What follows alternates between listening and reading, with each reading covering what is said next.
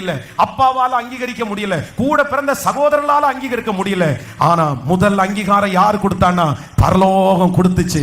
நீ கண்டிப்பா பெரிய ஆளா மாறுவேன்ற வார்த்தையை ஃபர்ஸ்ட் சொன்னது யாருன்னா கர்த்தர் ஒருத்தர் மட்டும்தான் சொன்னாரு.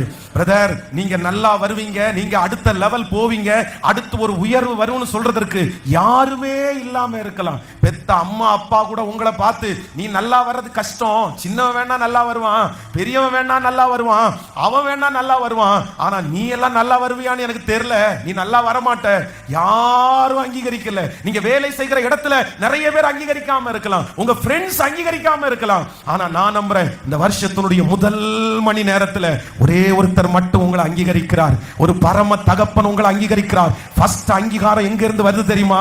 ஃபர்ஸ்ட் வார்த்தை எங்க இருந்து வருது தெரியுமா? பரலோகத்திலிருந்து ஒரு சத்தம் வருது. நான் உன்னை அக்கறைக்கு நம்புறேன்னு சொல்றவங்க மட்டும் கைகளை தட்டி, இவருடைய வார்த்தைக்கு மிஞ்சி வேற யாருடைய வார்த்தை இருக்குது? இவருடைய வார்த்தையை தவிர பெரிய வார்த்தை வேற என்ன வேணும்? இவர் சொன்னா நடக்காததுன்னு ஏதாவது இருக்குதா அப்படின்னு நம்புறவங்க நல்ல கைகளை தட்டி முழு வெள்ளத்தோடு அப்பாவை பார்த்து யாரோ ஒருத்தரிடத்துல ஏசப்பா தீர்க்க தரிசனமா பேசிட்டு இருக்கிறாரு, நேருக்கு நேருக்கு ஏசப்பா பேசிட்டு இருக்கிறாரு. மகனே, இது உனக்கான வார்த்தை தான் பாஸ்டர், நீங்க சொல்றது 100% உண்மை.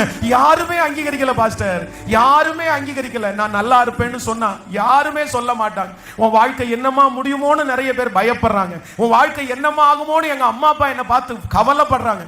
எல்லாரும் கவலைப்படுறது மாதிரி தான் நான் இருக்கிறேன், எல்லாரும் எதிர்த்து பேசுற அளவுக்கு தான் நான் இருக்கிறேன், எல்லாரும் முடியாதுன்ற அளவுக்கு தான் நான் இருக்கிறேன். ஆனா ஒரே ஒருத்தர் மட்டும் சொல்றாரு, இல்ல நான் உன்னை அங்கீகரிக்கிறேன்.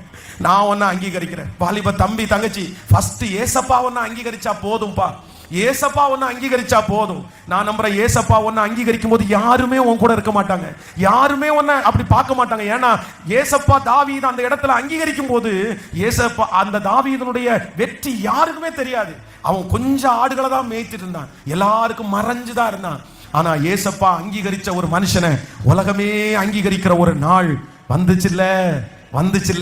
இன்னைக்கு ஏசப்பா உங்களை அங்கீகரிக்கிறதுனால நான் விசுவாசிக்கிறேன், கர்த்தர் உங்களுக்கு பெத்தேல் மட்டும் உங்களை போகிறதற்கு கர்த்தர் அழைக்கல, கில்கால் மட்டும் ஆண்டவர் உங்களை போகிறதற்காய் கர்த்தர் உங்களை அழைக்கல. கர்த்தர் உங்களுக்கு கிருபையாய் கர்த்தர் வாக்கு கொடுக்கிறார், நீ யோர்தானுக்கு போய் எலியாவினிடத்திலே இருக்கிற அந்த 2 மடங்கு அபிஷேகத்தை நம்புறவங்க கைகளை தட்டி, கணுக்கால் அளவு அல்ல, முழங்கால் அளவு அல்ல, நீந்தி மூழ்கத்தக்கதாய், மிதந்து மகிழத்தக்கதாய் என்னை அக்கறைக்கு கூட்டிட்டு போகிற கர்த்தர்.